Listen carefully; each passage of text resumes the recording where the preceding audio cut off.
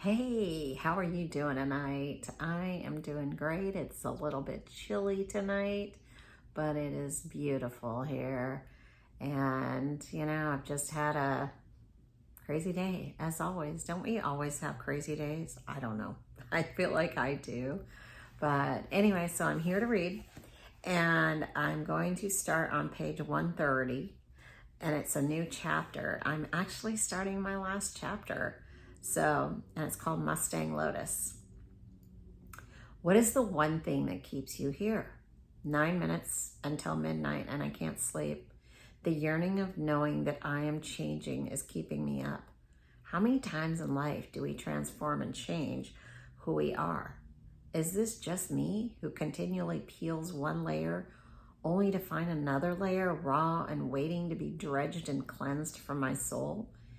It is time to resort to my newfound favorite go-to for centering and peace of mind, nasal breathing. Oh, dear God, here I am doing the crazy Ayurvedic Indian breathing. I think yogis that have lived without food for months do this. Slouched down on my couch with my thumb on one nostril, I exhale and inhale through one side only, and then holding the other side, I repeat the intake and feel the cool rush of oxygen in the other nostril. This induces so much clarity of mind and makes my body feel relaxed and alert to the present moment. My breath duplicates the sound of methodical and slowing, crashing ocean waves. Yoga and running work for me, but I am always in search of new avenues to discover the depths of who it is that exists within the body. The choice is always our own. We can either choose the light, like the sunshine, or the darkness of a rabbit hole. So desperately, I seek to find a way up only to be falling again. Tears fall and the heart grasps the emotions tied within the blood and muscles that pump grief, anger, love, sorrow, pain to every cell that welcomes them. Do I even deserve this breath? If it feels so good to take in deep breaths, why does it hurt so much to live? It makes no sense to live a life of regret. Decades ago, in an elegant light green country club house, I sit drinking a bottle of fancy wine with my friend Antonius from the Netherlands. He says, "If I came up behind you right now and put my hand over your mouth and nose, what would you do?" I respond with, "Grab your hand and pull it off." He exclaims, "If I really did it and would not stop and you could not remove it, what would you do?" I respond with, "Fight like hell." He says, "Exactly, but what would you think about?"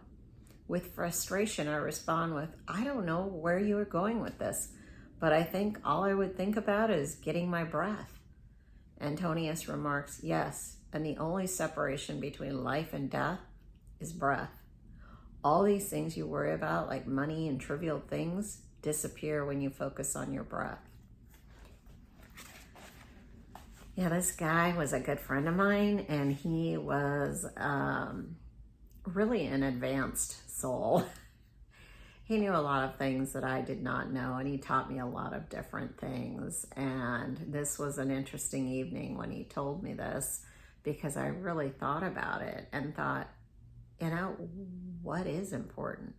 When you're at your last breath, or if someone's holding your mouth and nose and you can't breathe, all you care about is your breath, right?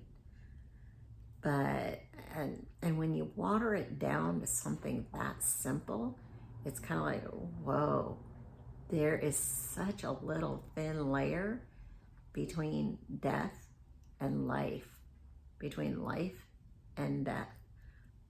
It's like we're alive right now, but if our breath was gone, we would be gone, which is so fascinating to me, that truly is the only thing between you and I being here in this existence, or being gone and not being in this existence.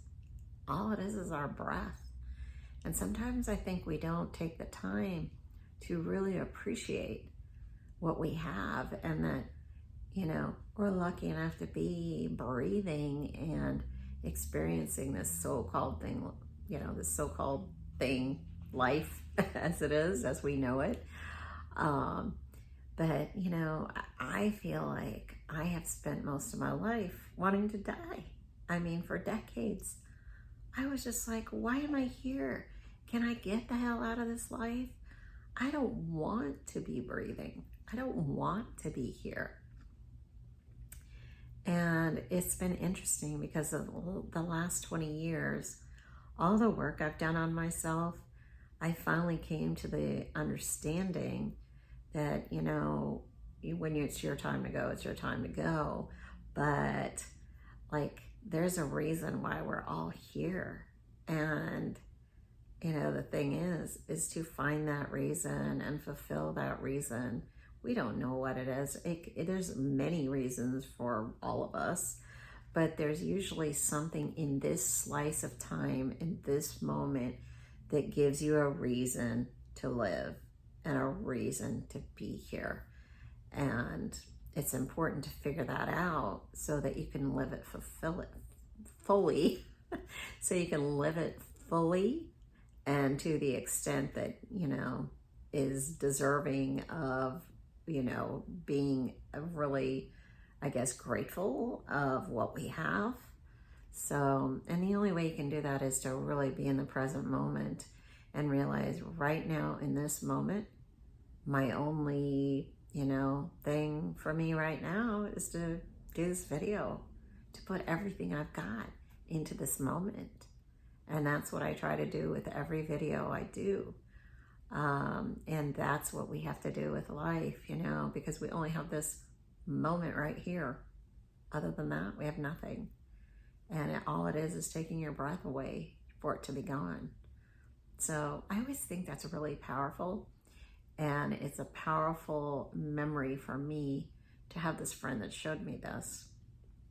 You know, we all know it, but in that conversation, I really got the gist of how powerful it is and what a thin veil there is between us right now and us when we don't have this breath anymore. So anyway, that's all I really have to say tonight. I hope you're doing well, and I hope you stop and smell the roses and take in those deep breaths, and just really come to the present moment. And when you're in that present moment, man, you feel so different. You feel so, so different. And I think, you know, reading this book, even though I'm going into the past, I'm realizing I'm really in the present too, because I couldn't do this. I couldn't do this if I was living in the past and living all this out. So, you know, this is part of my mission. Part of what I'm here for is to tell my story and to hopefully help others. And the only way you can do it is to heal and then live in the present moment and know that it's not you anymore. So anyway, that's all I have to say tonight. I hope you're feeling great and you're taking some deep breaths and enjoying life, whatever that is.